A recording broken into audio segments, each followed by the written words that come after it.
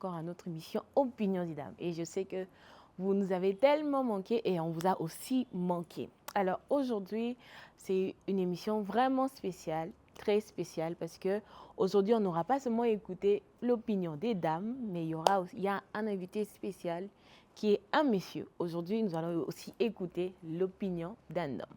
Mais je ne suis pas seule, je suis Shekina Ebena et je suis accompagnée avec Maman Inis. Bonjour, pasteur Shekina. Ah, yo, président. Ça va? Ça va très bien. En tout cas, toujours très belle. Les couleurs, tu vas très bien. Merci pareillement. Merci pareillement. Merci. Pasteur Shekina, styliste, designer, entrepreneur. Mes respects, pasteur. On est avec Maman Nasty et tout, mais on n'est pas que nous deux aujourd'hui. On a aussi Madame Diane. Madame Diane, vous allez bien? Très bien, madame. Pasteur, je rejoins Eunice qui a dit faut pas la rejoindre. qui n'arrête pas Elle n'aime d'insister pas- sur elle le n'aime pas fait qu'on de l'appelle. dire Je ne sais pasteur pas pourquoi elle et insiste tout. toujours. Ça me fait du bien. En tout cas, je suis très contente de participer à l'émission. En tout cas, nous sommes très contents Moi, de vous accueillir. c'est Diane Bonga, Mhm. journaliste. Journaliste. Ok. Alors, on est là, on n'est pas seul et je vais vous présenter aujourd'hui quelqu'un de très spécial, un homme vraiment spécial. Je crois que vous avez déjà entendu parler de lui. Alors, je vais lui donner quelques moments pour se présenter. Alors, aujourd'hui, nous sommes contents d'accueillir dans notre émission Monsieur Alain Palouk. Vous allez bien, Monsieur Alain Palouk? Ouais, je vais très bien. Je suis contente madame, de vous merci voir. En beaucoup. tout cas, nous sommes vraiment bénis de votre présence dans notre émission. Merci beaucoup. le Alors, je plaisir vous sont donne, partagés. merci, je vous donne quelques secondes pour vous présenter afin que le public encore vous connaisse. Et tout. Ok, merci beaucoup. En tout cas, c'est un honneur pour moi d'être là aujourd'hui avec vous dans cette émission que j'ai aussi longtemps suivie de Bien. loin. Je suivais de loin et j'appréciais. Merci beaucoup. Et c'est un honneur pour moi d'être sur ce plateau aujourd'hui. Mhm, Alors, je suis le frère Alain Paloukou que vous connaissez, mhm, votre frère, votre ami, humble serviteur de Dieu. yeah.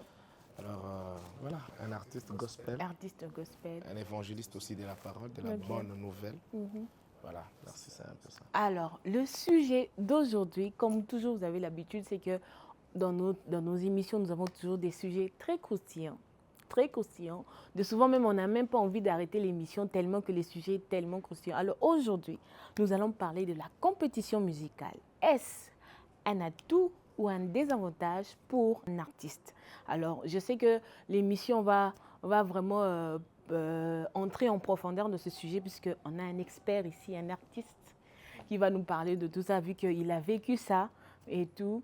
Il va nous donner en détail par rapport à cette question. Mais avant de lui donner la parole, j'aimerais que Maman Eunice nous dise son point de vue. Est-ce c'est un avantage ou un désavantage pour un artiste de participer à une compétition musicale? Bon. Je ris parce que je pense à mon expérience personnelle. Ah, on écoute l'expérience. Je vais d'abord commencer par répondre à la question. Mm. Est-ce un atout ou un désavantage? Bon, je pense que ça peut jouer dans les deux sens. Ça peut être un atout comme un désavantage. Partant de mon expérience personnelle, moi je me dis en y réfléchissant, ça peut être un désavantage. Pourquoi? Parce que je suis passée par un concours aussi. J'ai eu à faire un concours, une compétition. C'est vraiment avant de commencer ma carrière musicale au vrai sens du mot. Donc, ce jour-là, je ne sais pas, on avait bien chanté, hein? En tout cas, selon nous, c'était bien, mais façon, le jury était méchant. C'était pas à l'église, c'était Non, vraiment une c'était pas à compétition. l'église, c'était vraiment Ok. une compétition en dehors de l'église et tout. Mais si tu n'as pas les nerfs solides, je pense qu'il y a des gens qui peuvent vraiment arrêter leur rêve de Ok. faire carrière. Donc, et tout. ça peut briser Parce un que rêve. ça peut te briser dans ton estime personnelle. Tu peux te dire, ah, c'est que vraiment, j'ai pas le niveau. C'est que vraiment, ça va pas. Donc, dans ce sens-là, Ok. moi, je me dis, ça peut être un désavantage. Parce que si peu importe la préparation que tu peux avoir, tu peux te retrouver face à un membre du jury, peut-être qui est de mauvaise humeur. Ça peut arriver. Ou peut-être un membre du jury, quand il voit ton nom, il se rappelle de quelqu'un qui lui avait fait du mal. Là, Du vraiment, on coup, va il- dans quelque chose qu'on ne maîtrise pas, en Là, fait. vraiment, tu vas dans quelque chose que tu ne maîtrises pas. Donc, tu peux te retrouver face à n'importe quelle situation. Soit tu es apprécié, soit tu n'es pas apprécié. Maintenant, quand tu n'es pas apprécié, il faut avoir les nerfs solides pour ne pas se laisser Pour se abattre relever. par les commentaires négatifs. Et si tu n'as pas les nerfs solides, ben, ça va vraiment t'affecter. En fait, tu peux te dire, ben, je laisse tomber de toute façon, ce n'est pas pour moi et je n'ai pas le niveau. Je vais faire autre chose. Je vais Alors, faire Papa autre Alain, chose. pour vous, est-ce un atout ou un désavantage? Ok, c'est vraiment une très très bonne question. Et d'ailleurs, je suis premièrement très d'accord avec ce que Madame la ministre vient de dire. Parce qu'en réalité, la compétition, je dirais, c'est pas fait pour tout le monde. Ok, ça c'est un point. C'est pas très fait pour tout le monde. Vous savez, vous pouvez avoir une carrière, vous pouvez avoir un talent, vous pouvez avoir un niveau de savoir-faire, mais sinon, vous n'avez pas peut-être les atouts pour faire une compétition Ah oui, ou hein. pour entrer dans une Bien. compétition. Et c'est par là qu'il faut commencer d'ailleurs à s'examiner d'abord soi-même pour savoir qu'est-ce que tu as, qu'est-ce que tu vas apporter de plus Que les autres. pour Ok. compétir.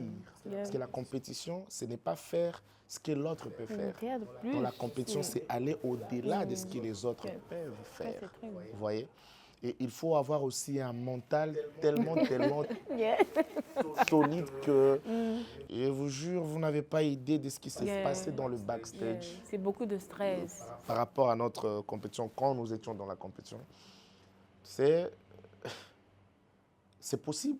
Tu as bien répété, tu as préparé ta prestation, tu connais bien la chanson et les arrangements, tout ce qui va avec. Mais arriver sur scène, c'est possible de tout oublier. Wow. Mais là, c'est dû au stress, tout Oui, ça. c'est dû au stress. C'est parce que vous n'avez pas des nerfs solides, premièrement. Vous n'avez pas aussi cette force-là de supporter. Parce que, vous savez, chanter à l'église, c'est bien. Vous pouvez chanter dans un concert, c'est aussi bien. Mais chanter devant les gens, premièrement, le membre du jury que toi, tu connais, qu'ils connaissent, ils sont forts, ils sont calés dans les domaines. Et tu te dis que là, comme je chante, ce n'est pas seulement pour, n'est-ce pas, glorifier Dieu, mais je chante aussi pour convaincre ces gens. Après, ils vont m'écouter. En tout cas, ça ajoute encore beaucoup de stress. le mélange de tout ça, ça fait que si tu n'as pas vraiment été bien préparé ou si tu n'es pas fait pour ça, Ça peut te détruire. c'est possible de perdre le contrôle. Vous voyez un peu. Et sinon, la compétition, c'est une bonne chose. Je ne vais pas dire que c'est aussi une mauvaise chose, c'est une bonne chose, mais parfois aussi ça peut comme Madame la ministre a dit, parfois aussi ça peut désorienter quelqu'un, celui-là qui n'a pas été bien sûr bien préparé, parce que quand vous êtes éliminé, moi j'ai vu par exemple dans notre compétition Madjab Talent saison 1, il y a des gens qui ont été éliminés au début de Prime, mais des gens qui étaient terribles, quoi. Wow. Oui, dans la répétition, la personne pouvait te produire quelque chose, tu te dis, lui là, il mérite de gagner cette compétition. Et puis après, tu te Mais rends compte. bizarrement, après, c'est lui qui a été éliminé en premier. Vous voyez? Alors, si vous n'avez pas été préparé, ça risque de détourner votre vision, votre manière de voir les choses, ou voir même vos projets par rapport à ça, la confiance en soi. Vous allez perdre même l'estime par rapport à ce que vous avez. Vous allez vous voir peut-être moins que rien. Vous allez vous dire que peut-être je ne suis pas à la hauteur, ou bien peut-être que je fasse autre chose. Donc, échouer, être éliminé dans une compétition peut vous dérouter. Mais sinon, les côtés positifs, je préférerais d'ailleurs en parler plus parce qu'il y a un des ébélés, ce qui est beaucoup plus. Je prends mon exemple. Comme je l'ai dit encore dans un live passé, je n'ai pas commencé ma carrière à Madjab Talent. C'est à Madjab Talent qu'on vous a découvert, mais depuis longtemps. Donc, j'ai une carrière aujourd'hui, si ma mémoire est bonne. Je totaliserai aujourd'hui, j'ai à peu près combien? J'ai 18 ans de carrière. Waouh, C'est beaucoup, c'est pas hein? petit, hein, 18 ans. 18 ans de carrière. Vous voyez? Quand je parle de carrière, je ne parle pas des années chantées à l'Écodim. Carrière, je ne parle pas. vraiment. Non, Carrière en tant qu'artiste. je me rappelle le premier jour où je me suis produit ma toute première fois à un concert par moi-même. J'ai pris, c'est vrai, les chantres de l'église, mais l'initiative était, la vision était la mienne. Et je suis sorti même en dehors de l'église pour louer des instruments, demander des matos. Donc vous avez vraiment cette expérience. Voilà, 18 ans. Mais par la grâce de Dieu, c'est au travers Madjab ou la compétition que le monde entier m'a vu, m'a découvert. Voilà. En fait, la compétition t'aide à t'exposer. L'exposition. Premièrement, la compétition t'expose. T'exposer dans le sens positif où les gens te découvrent, en fait. Et les gens découvrent de quoi tu es capable, qu'est-ce que tu as, jusqu'où tu peux aller avec la grâce ou les talents que tu as. Mais également, la compétition te forme aussi, toi-même. Parce que je ne vais pas dire que les chantres que j'étais avant Madjabou, c'est le même chantre que je suis aujourd'hui. Non, parce qu'au moins, Madjabou, la compétition nous a donné l'occasion de rencontrer des gens qui ont aussi beaucoup plus d'expérience que nous et qui ont pris leur temps de nous former, de nous parler aussi de leurs expériences. Et par moments aussi, on apprend par l'expérience des autres. Vous voyez, la compétition te forme, la compétition t'ajoute encore plus de maturité. Voilà. Vous voyez, la compétition t'aide encore plus à te découvrir toi-même au-delà. Parce que vous savez, c'est ce que j'ai dit encore au début, quand l'autre chante, tu as l'impression que c'est lui qui va gagner et que toi, tu ne sais pas vraiment. Vous voyez? Mais quand tu donnes aussi, tu te donnes le courage de faire, de donner le meilleur de toi, tu te rends compte que tu as aussi tapé fort. Vous voyez? Donc ça te permet aussi de te découvrir aussi toi-même. Et ça te donne aussi la confiance de soi. Tu te dis, ah ok, je peux aussi si j'ai affranchi cette limite, donc je peux encore affranchir une autre, et encore une autre, et encore une autre. C'est vrai que les échecs existent dans la vie, mais au moins tu te dis, aujourd'hui je peux échouer, mais je sais que si je me mets encore à fond, je peux y arriver. Ça t'ajoute la confiance en soi. Donc la compétition a beaucoup d'avantages et elle te fait rencontrer avec beaucoup de gens. La compétition t'ouvre des opportunités. La compétition te crée des contacts. Ouais, prenons l'exemple d'ici maintenant là, vous m'avez invité. Auparavant, vous ne me connaissiez pas. Mais aujourd'hui, quand même, vous savez que non, c'est le frère Alain Palou. On peut l'inviter, on peut parler. Vous voyez ce que la compétition m'a donné. Toutes ces choses précieuses que je suis en train de recevoir aujourd'hui. Donc, il y a beaucoup de choses à dire sur ça. En tout cas, je vous rappelle, c'est que Papa Alain est le gagnant de la première compétition de Madjabou Talent. Donc, on l'a tous vu quand il a gagné, quand il a remporté le prix. Donc, on a été contents pour lui. Et aujourd'hui, encore, c'est une grâce encore de le retrouver encore sur ces plateaux. Alors, je vais demander à Madame Diane, pour vous, est-ce un atout ou un désavantage qu'un artiste participe à une compétition? Ok, je vais dire comme on le dit sur TikTok, POV, point of my view. Et je vais rejoindre Monsieur Alain, comme il a dit. Moi, personnellement, je pense que la compétition est un atout. Pourquoi? Parce que déjà, le monde artistique est très concurrentiel. Alors, pour se frayer un chemin, s'affirmer, il faut que les gens te voient sur une estrade, une esplanade, chanter. Et c'est seulement comme ça que les gens pourront dire que oui, celui-là, il est en mesure d'être grand ou comment. Mis à part le côté stress, le côté gagner ou pas gagner, pour moi, la compétition, c'est vraiment bien pour un artiste parce que c'est difficile de se faire un nom. C'est très difficile parce que quand tu restes chez toi à la maison, c'est impossible que les gens te connaissent. Il faut participer à des trucs comme Madjabou et tout. C'est à ce moment-là, il y a 10 000 personnes qui te regardent et tu ne sais pas qui est en train de te regarder. Alors personnellement, mon point de vue, moi je pense que pour un artiste qui veut se frayer un chemin, qui veut devenir une personne connue et faire connaître ce qu'il est en train de faire, c'est bien d'être dans le monde de la compétition. Compétir, c'est bien en tout cas. Ok. Donc, comme vous êtes en train de le suivre, c'est qu'on est à 2 contre 1. Pour 2 personnes, c'est un atout, c'est un avantage et tout. Mais pour une personne, c'est un désavantage et tout. Alors, j'ai aimé ce que Papa Alain dit, c'est que quand tu vas dans une compétition, tu dois te préparer. Mais non, comment se préparer? Peut-être souvent, peut-être il y a un jeune qui a vu peut-être une compétition. Ah non, ok, compétition. Mais comment savoir que tu es prêt pour une compétition, que tu as les outils qu'il faut pour une compétition? Est-ce que quelle réponse vous pouvez donner à un jeune qui se dit, bon, est-ce que je suis prêt ou pas, Papa Alain?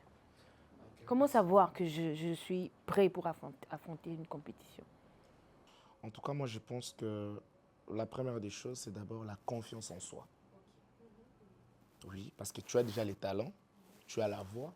C'est vrai que peut-être dans ton quartier ou dans ton église, dans ton entourage, il y a des gens qui qui t'encouragent, qui te disent que non, voilà, tu peux le faire, tu chantes bien. Et maintenant, il faut avoir la confiance en soi. Parce qu'en réalité, la compétition, si tu n'as pas la confiance en soi, tu n'auras pas la force de résister. Parce que même celui que toi, tu dépasses, pourra, n'est-ce pas, t'éliminer parce que tu n'as pas la confiance en soi.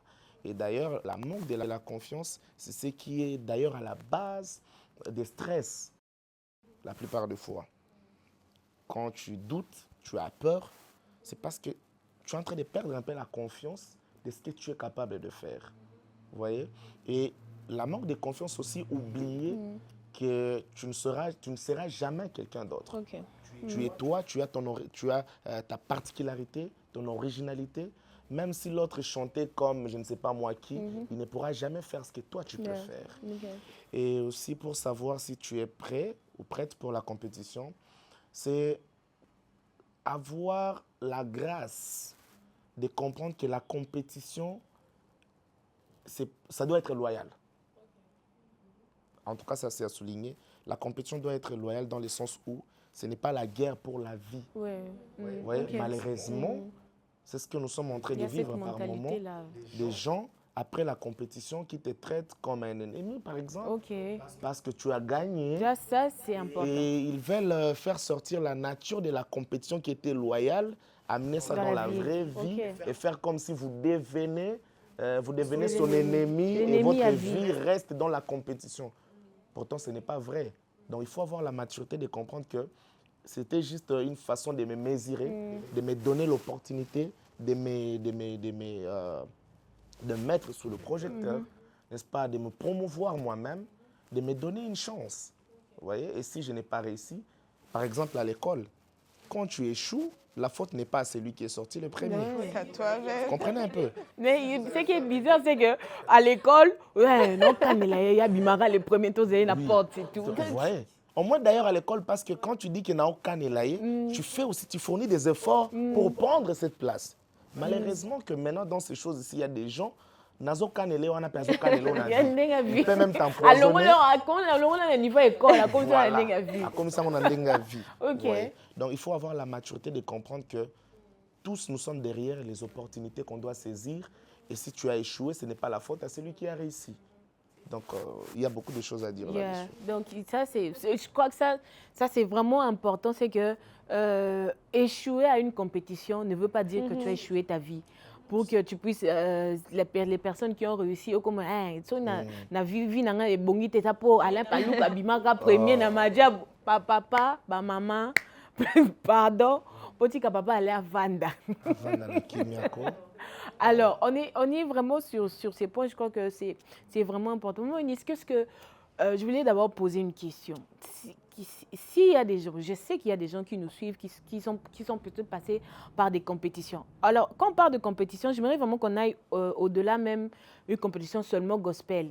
Une compétition à l'école, on a déjà aussi vu ça. Une compétition à l'école, un enfant qui gagne ceci, premier prix, tout ça, et tout. Alors, quand une personne échoue à une compétition ou bien n'arrive pas à atteindre l'objectif qui s'était atteint par rapport à une compétition. Comment se relever après ce temps? Comment se relever après cet échec, si on peut dire, ces trucs-là? Comment tu t'es relevé après ça?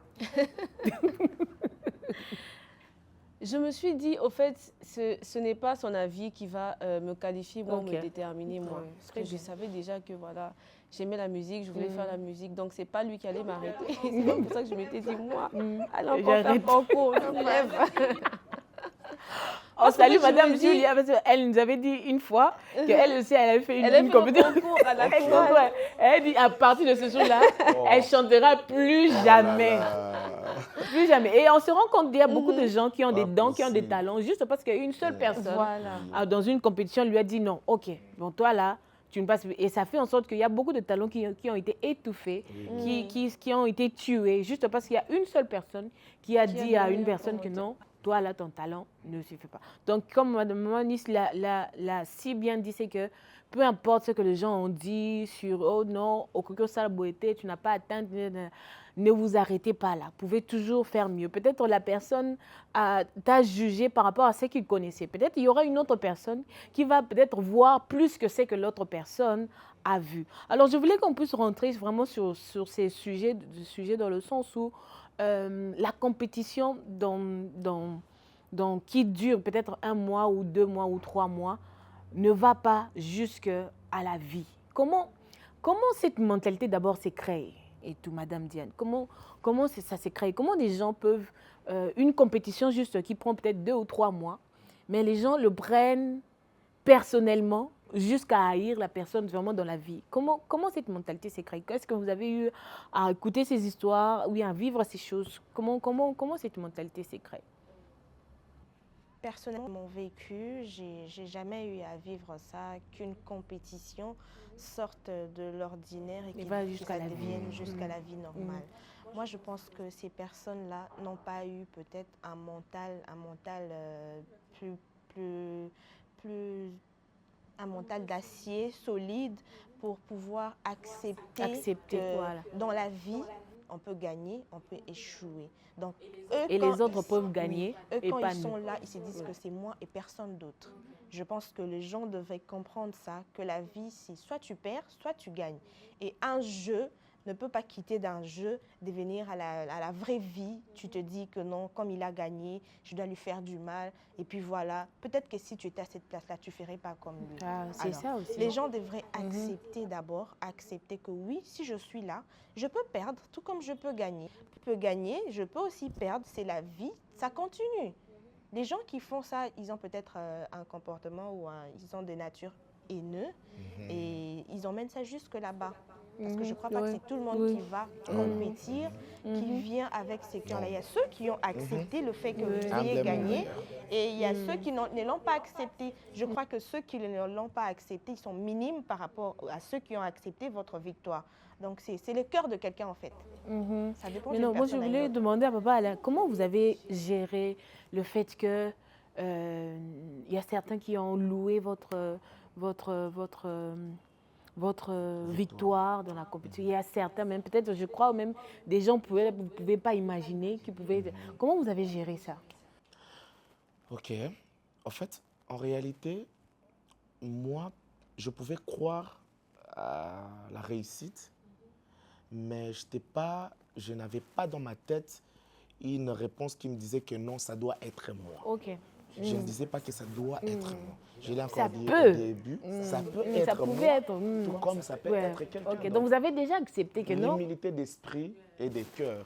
Parce que je vous ai dit encore, par moment, il arrivait que l'autre répète, tu l'entends, tu examines, tu t'examines, tu fais l'introspection. Tu dis, oh, il a gagné tout fait. Et si même il gagnait, en tout cas, je ne vais pas me plaindre. Vous voyez?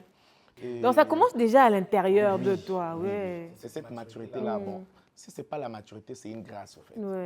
Et voilà, il faut appeler ça la grâce. Parce que ces mêmes personnes-là qui n'arrivent pas à admettre que ce soit l'autre qui gagne, ce sont les mêmes personnes qui jalousent même dans la vraie vie quand toi, Dieu te bénit et que lui n'a pas encore. Ça va même au-delà de... Je crois que c'est vraiment un système de pensée qu'ils ont. Voilà, c'est ce que madame a dit. Je pense que c'est la haine. Et d'ailleurs, je me rappelle très bien qu'après la victoire, le jour de ma proclamation, il n'y avait personne, ni pas même un commentaire, qui avait contredit ma victoire. Personne. Voilà, malheureusement, c'est après, quelques temps, parce qu'on n'a pas pu aussi donner directement par rapport à l'attente du public, par rapport à l'attente de ce que les gens avaient. Ça fait que ces mauvais côtés-là, je ne sais pas si c'est la haine ou c'est comment, il y a des gens qui suscitent maintenant ces genres de pensées dans les têtes des gens, genre tu ne donnes pas par rapport à ce que tu donnais à la compétition, on ne t'attend pas, ça devient une pression en fait. Ça devient une pression genre prière Dimitri, vous connaissez ce terme-là? Envie de prière Mouké. Merci d'avoir défini. Prière Dimitri, vie de prière Mouké, comme Zambé, vous voyez un peu. Et en fait, c'est après qu'on a compris que ce n'est même pas un public, C'est un groupe de fans. Ouais. Et quand on parle de fans, c'est autre chose. C'est un groupe de fans qui sont prêts à insulter, qui sont prêts à te mettre la pression, même avec des langages mal placés, même avec des mots qui n'ont pas vraiment de pudeur, vous voyez un peu. Et c'est après que j'ai compris qu'il y a quand même des gens qui n'étaient pas, n'est-ce pas, d'accord que ce soit peut-être nous, ou encore il y a quand même des gens qui ne supportent pas le fait que, vous savez, il y a la différence entre gagner la compétition et être dans sa saison de gloire. Je pense que ça peut beaucoup plus s'expliquer dans la dimension spirituelle où avoir la manne dans le désert ne veut pas dire que c'était la terre promise. La terre promise était Canaan. Si Dieu te donne la main dans le désert, c'est juste pour t'aider à avancer dans ta marche, n'est-ce pas, pour arriver à la destination. C'est possible que, j'ai dit que j'ai 18 ans de carrière, je n'ai pas mis les années dans la chorale. Vous ne savez pas combien j'ai investi dans ça. Vous ne savez pas combien j'ai été rejeté.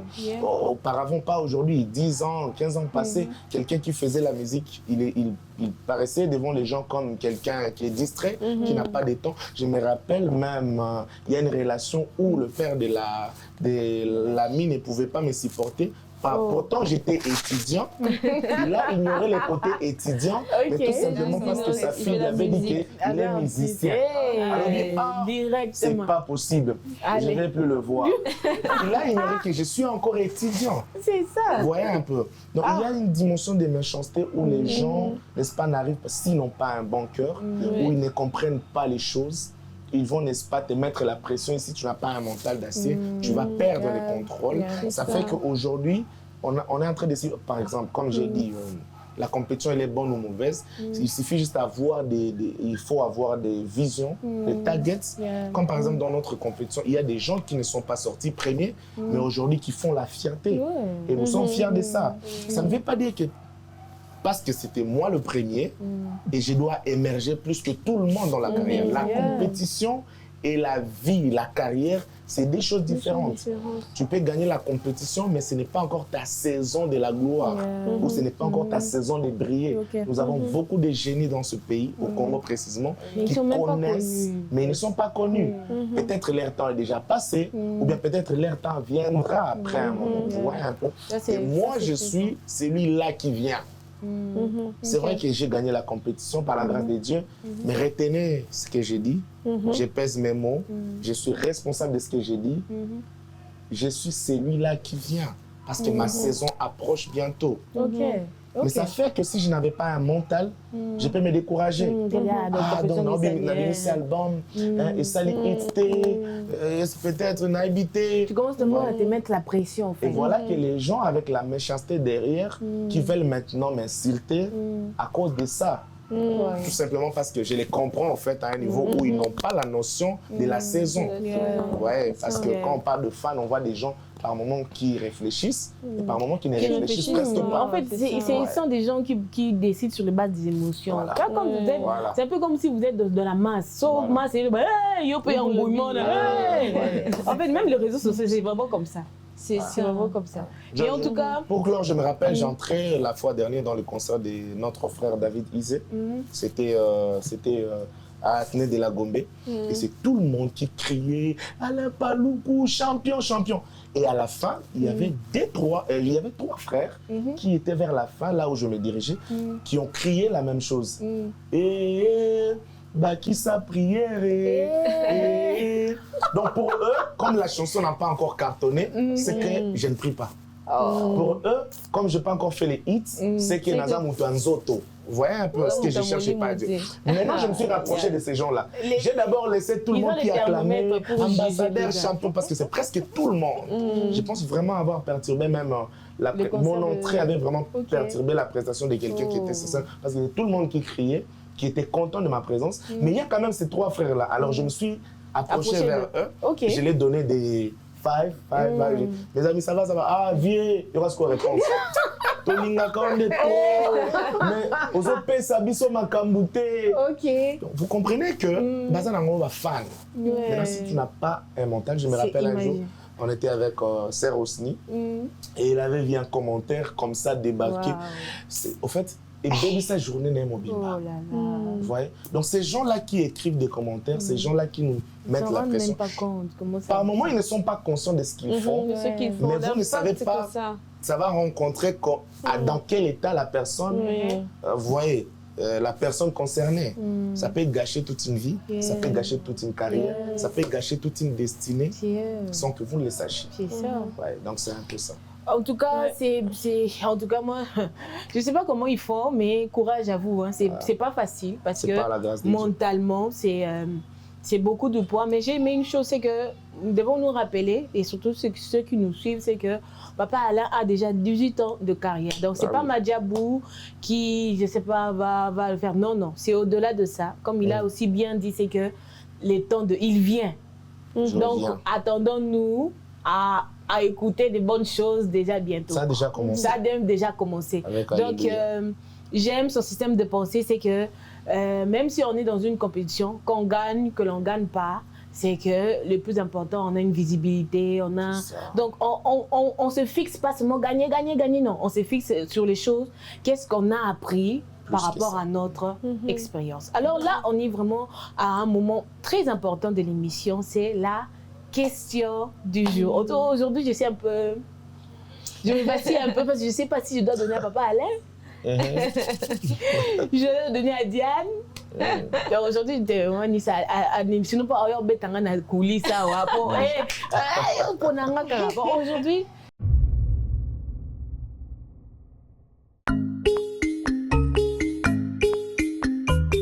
la question du jour, je vais donner à Papa Alain.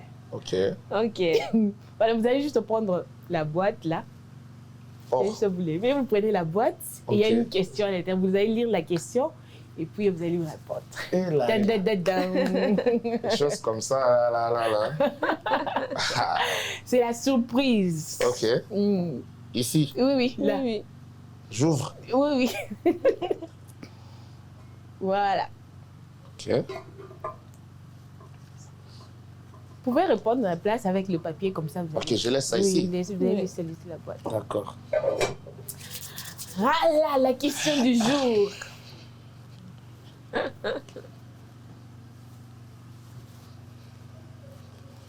Pardon? Ok.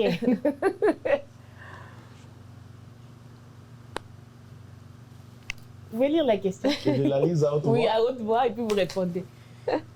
Moi-même, je lis et puis moi-même, je réponds. Oui.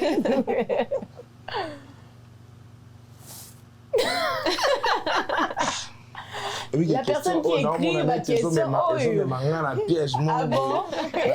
C'est de se soutenir. Bon, ok. Oui. Vous voyez son conjoint pour ou contre?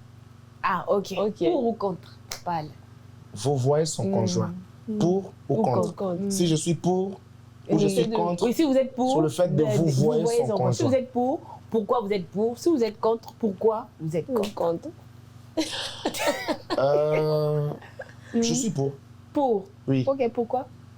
Je suis pour parce que vous voyez quelqu'un, c'est un signe de respect en fait. Ok. Et c'est normal et c'est d'ailleurs important de respecter la personne que tu aimes. Ça doit commencer par là, je pense. Aimer quelqu'un sans le respecter, je pense que ça ne veut rien dire du tout. Donc il faut commencer par respecter la personne. Et c'est en ce moment-là que le respect là que tu as envers lui va mettre en valeur l'amour que tu as envers lui. Ça veut presque dire tout. C'est pourquoi moi je suis pour le fait de vous voir son conjoint. Donc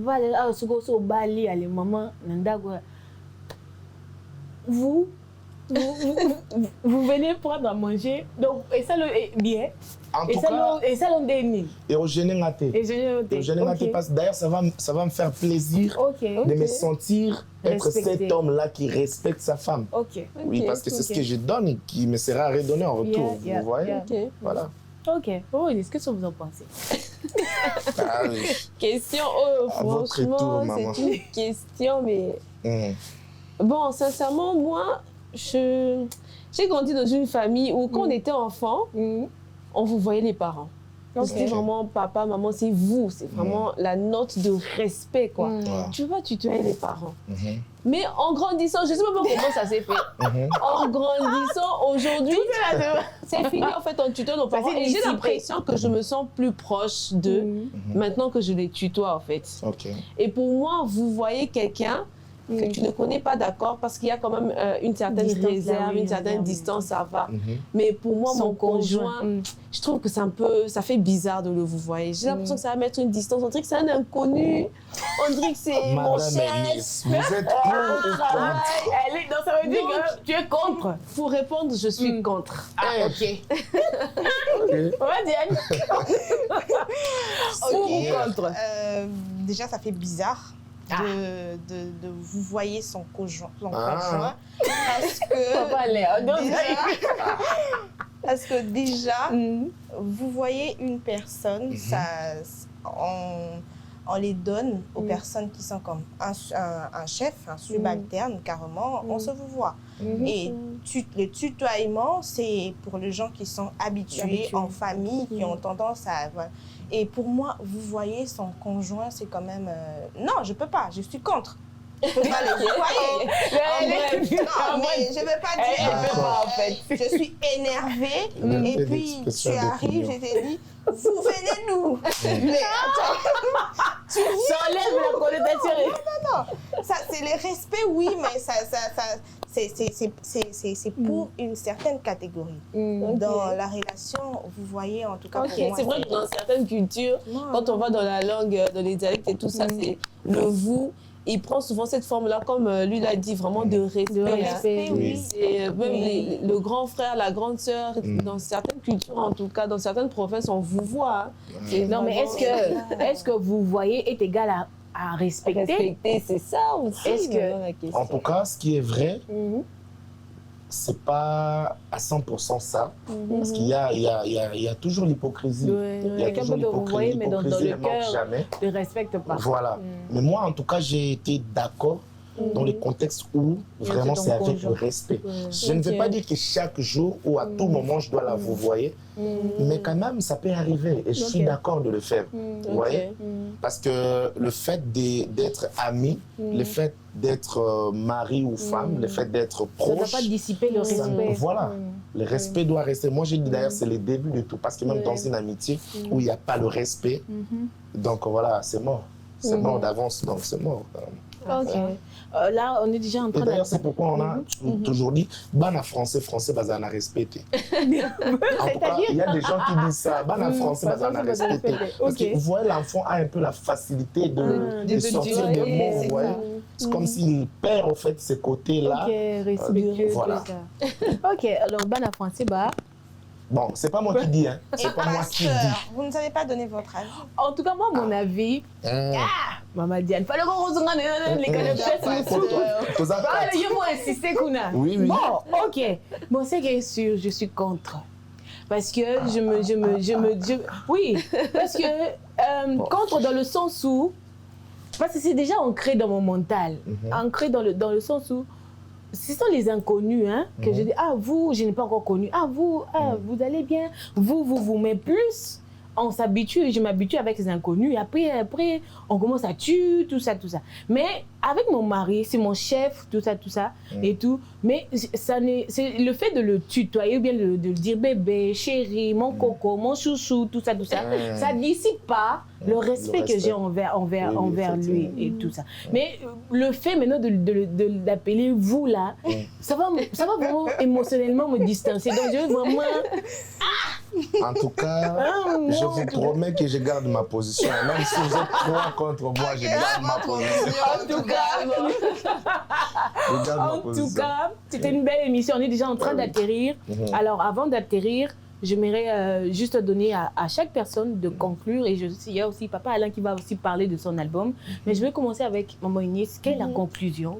Quel conseil ou bien conclusion que vous pouvez donner soit au sujet, soit à la question du jour par rapport à ce par rapport au sujet du jour, comme on a parlé de la compétition musicale, on a demandé si c'était un avantage ou un désavantage. Je pense que cela va vraiment dépendre de l'attitude de la personne, en fait. Donc, comment tu vas te comporter face à cela? Comme Papa Alain, pardon. Papa Alain l'a dit tout à l'heure, il y a quand même certaines bases.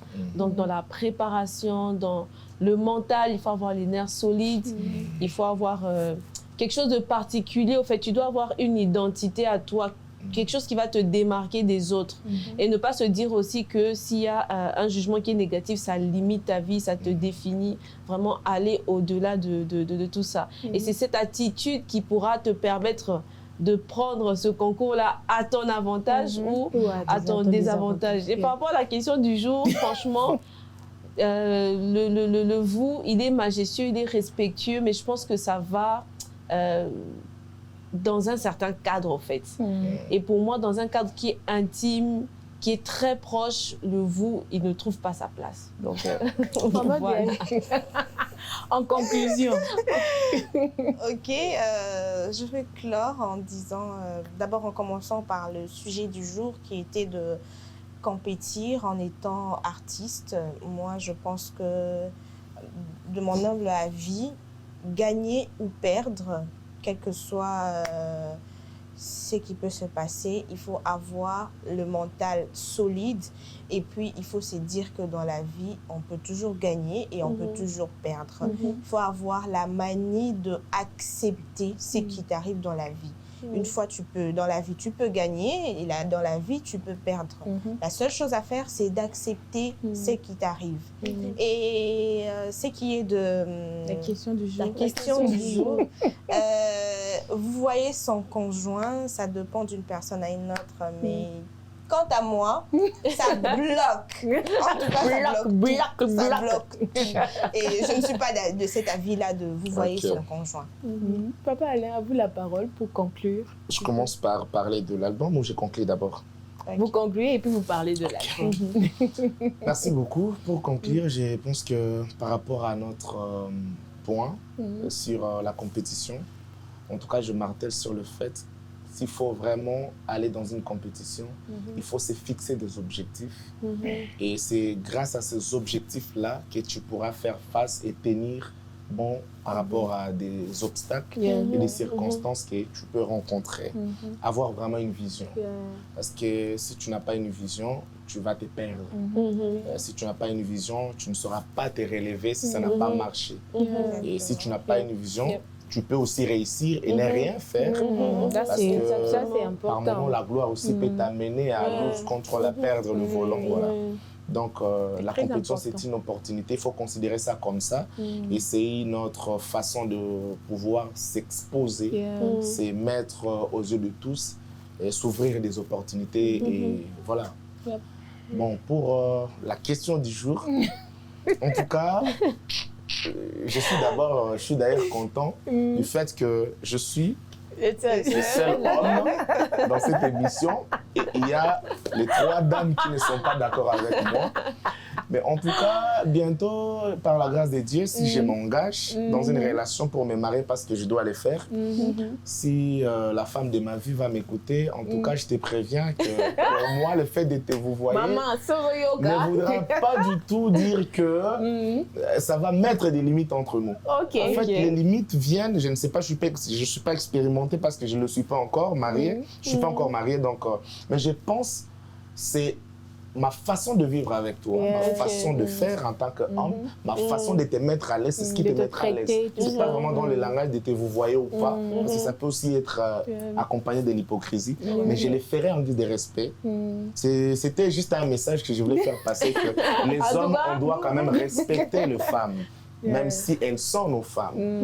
Et voilà, c'est un peu ça. Alors, parlez-nous de l'album qui est déjà sorti et tout, de comment les gens, que les gens se préparent comment à attendre cela. Donc, on est vraiment impatients d'écouter tout cet album.